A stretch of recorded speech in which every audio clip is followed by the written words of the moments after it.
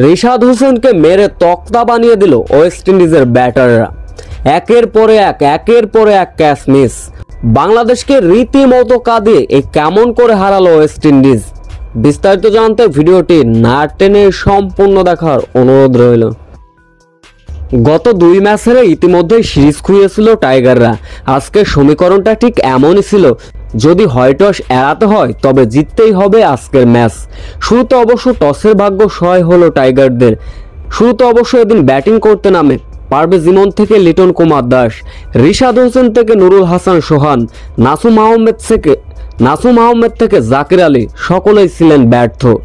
ধ্বংসস্তূপে দাঁড়িয়েও দ্রুত 50 তুলে নিয়েছিলেন তামিমের শেষ পর্যন্ত 89 রানের ক্যামিও ইনিংসে ভর করে ওয়েস্ট ইন্ডিজকে 152 রানের লক্ষ্যমাত্রা ছুড়ে দেয় বাংলাদেশ।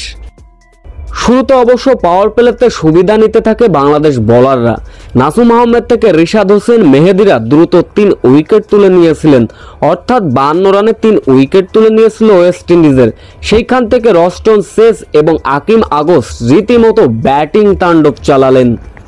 এরপর 14 ওভারে ওয়েস্ট ইন্ডিজের দলীয় রান যখন 128, তখনই রিশাদকে বেদম পিটিয়ে মাত্র 14 বলে আকিম আগস্ট রীতিমতো 50 তুলে নেন, যার ফলে শেষ 35 বলে ওয়েস্ট ইন্ডিজের জয়ের জন্য ছিল মাত্র 20 রান।